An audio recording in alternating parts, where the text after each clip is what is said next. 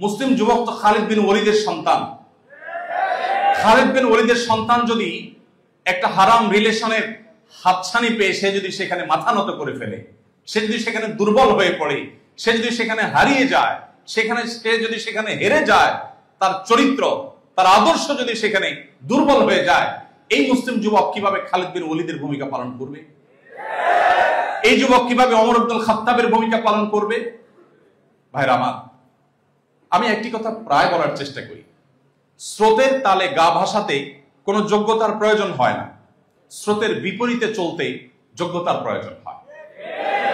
আপনি যদি প্রতিকূল পরিবেশে নিজের ঈমানকে, নিজের চেতনাকে, নিজের আদর্শকে, নিজের তাকওয়াকে, নিজের আল্লাহভীতিকে, নিজের চরিত্রকে সংরক্ষণ করবার সংগ্রামে বিজয়ী হন, তো মনে রাখবেন আপনার হাত ধরেই আবার ইসলামের সেই সোনালী দিন ফিরে আসবে।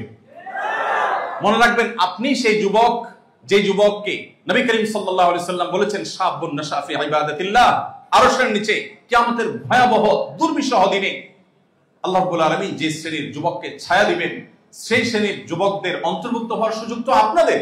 কারণ প্রতিকূল পরিবেশে প্রতি মুহূর্তে আপনার নিজের সঙ্গে নিজের সংগ্রাম করতে হয়, যুদ্ধ করতে হয়। এই যুদ্ধে জয়ী হওয়া নির্ভর করে আপনি মুসলিম হিসাবে জান্নাতি হবেন কি জাহান্নামী হবেন। এই যুদ্ধে জয়ী হওয়া নির্ভর করে আপনি কি মুসলমানদের সোনালী দিন ফিরিয়ে আনতে পারবেন কি পারবেন না। এই যুদ্ধে জয়ী হওয়া নির্ভর করবে যে আপনি কি আল্লাহর কাছে সেই প্রিয় পাত্র মুসলিম যুবক হতে পারছেন কি পারছেন না। এই যুদ্ধে জয়ী হওয়া না হওয়াটার উপর নির্ভর করে আপনি কি ওমর ইবনুল খাত্তাবের ও আদর্শের উত্তরসূরি হিসেবে নিজেকে প্রতিষ্ঠিত করতে পেরেছেন কি পারেননি।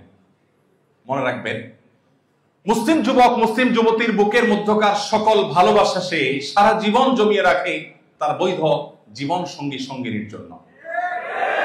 আর আদর্শিকভাবে দেউলিয়া যে যুবক, সে তার ভালোবাসাকে যত্রতত্র রাস্তাঘাটে, রেস্টুরেন্টে, ট্রেনে, বাসে, বিভিন্ন জায়গায় অজায়গায় সে ব্যবহার করে তার জীবনের পরম ভালোবাসা প্রদর্শনের সময়টাতে তার ভালোবাসার পুঁজিতে সে টান করতে দেখে। অতএব মুসলিম যুবক তার চাইতে সুখী আর কেউ হতে পারে না যদি সে মুহাম্মদ সাল্লাল্লাহু আলাইহি সাল্লামের আদর্শকে ধারণ করে তার চরিত্রকে সে হারাম সমস্ত রিলেশন থেকে বাঁচিয়ে রাখে। মনে রাখবেন, পশ্চিমারা তাদের অনেক কিছু নেওয়ার আছে আমাদের কাছে, তাদের জ্ঞান বিজ্ঞান, তাদের তথ্য প্রযুক্তি, তাদের অবকাঠামো, তাদের অনেক কিছুকে আমরা অবশ্যই ধারণ করার চেষ্টা করব, আমরা অনুসরণ করার চেষ্টা করব, আমরা আলোকিত হওয়ার চেষ্টা করব।